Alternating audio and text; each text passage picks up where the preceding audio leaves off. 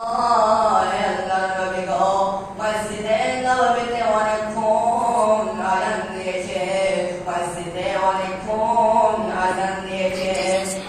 অপেক্ষা করতে করতে করতে আপনাকে না পাওয়ার কারণে আমার আব্বা আবু বকরকে ইমাম বানিয়ে তারা নামাজ আরম্ভ করেছেন। নবীজির শরীরে এতটাই জ্বর ছিল, নবীজি কোনো সময় দাঁড়াতে পারেন না। নবী করিম সাল্লাল্লাহু আলাইহি সাল্লাম যখন জ্বর এসেছিল, নবীজি অজ্ঞান হয়ে যাচ্ছেন, কখনো বেহুশ হয়ে যাচ্ছেন, নবীজি দাঁড়াতে পারেন না। তখন নবী করিম সাল্লাল্লাহু আলাইহি ওয়াসাল্লাম বললেন, ইয়া আয়েশা, তুমি আমাকে একটু ধরো। নবীজির শরীরে এতটাই জ্বর, নবীজি দাঁড়াতে পারেন না, নবীজির শরীরে কোনো শক্তি নাই। আম্মু জান আয়েশাকে বলছেন, আয়েশা রে, আমাকে একটু ধরো, আমি যাব মসজিদে নববীর দরজায়। তখন দুইজন সাহাবী কাঁধে হাত রেখে নবীজিকে মসজিদে নববীতে নিয়ে যেতে লাগলেন দুইজন সাহাবা। নবীজি যেতে যেতে মসজিদে নববীতে দাঁড় হলেন। দাঁড় হওয়ার পর সাহাবীদের নামাজ দৃশ্য দেখলেন। নামাজ দৃশ্য দেখে নবী করিম সাল্লাল্লাহু আলাইহি ওয়াসাল্লাম একটু মুচকি হাসলেন। আম্মু জান আয়েশা বলছেন যে আমরা মনে করলাম, আমি মনে করলাম যে নবীজি সুস্থ হয়ে গেছেন, আরাম পেয়েছেন। তো নবী করিম সাল্লাল্লাহু আলাইহি ওয়াসাল্লামের শরীরে এতটাই জ্বর, তিনি সুস্থ হয়নি।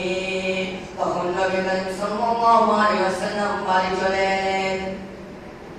সোমবারের দিন যখন সকাল হলো, নবীজির শরীরে জ্বর যেন আরো বৃদ্ধি হয়ে গেল, আরো জ্বর বাড়ছে, আরো জ্বর বাড়ছে। এই জ্বরের কারণে নবীজি কাঁদতে কাঁদতে বলেছিলেন, আয়েশা রে, আমার হযরতে ফাতেমা মেয়েকে আমার বাড়িতে ডেকে পাঠাও। তখন হযরত ফাতেমা নবীজির কাছে এলেন।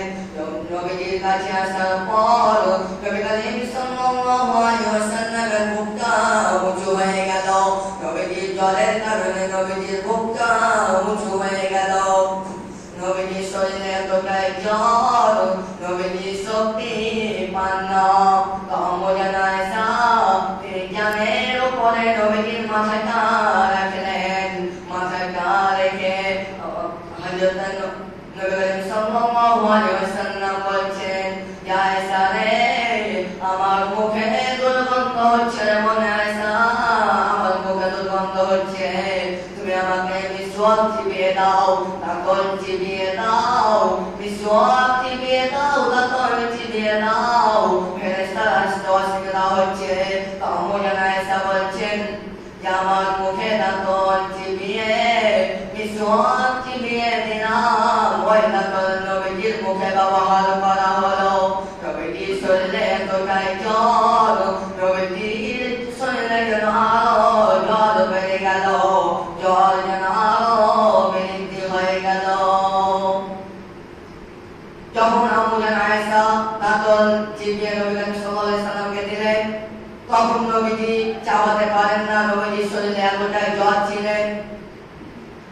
তো নবীজি কাঁদতে কাঁদতে থাকতে না পেরে বলেছিলেন যে ইন্না লিল মাউতি লা সাকরাতুন, মৃত্যু বড় কঠিন সত্য, মৃত্যুর বড় কঠিন যন্ত্রণা, মৃত্যুর ব্যথা, মৃত্যুর যন্ত্রণা। নবী করিম সাল্লাল্লাহু আলাইহি ওয়াসাল্লাম এতটাই অনুভব করতে লাগলেন, এতটাই অনুভব করতে লাগলেন। যখন নবী করিম সাল্লাল্লাহু আলাইহি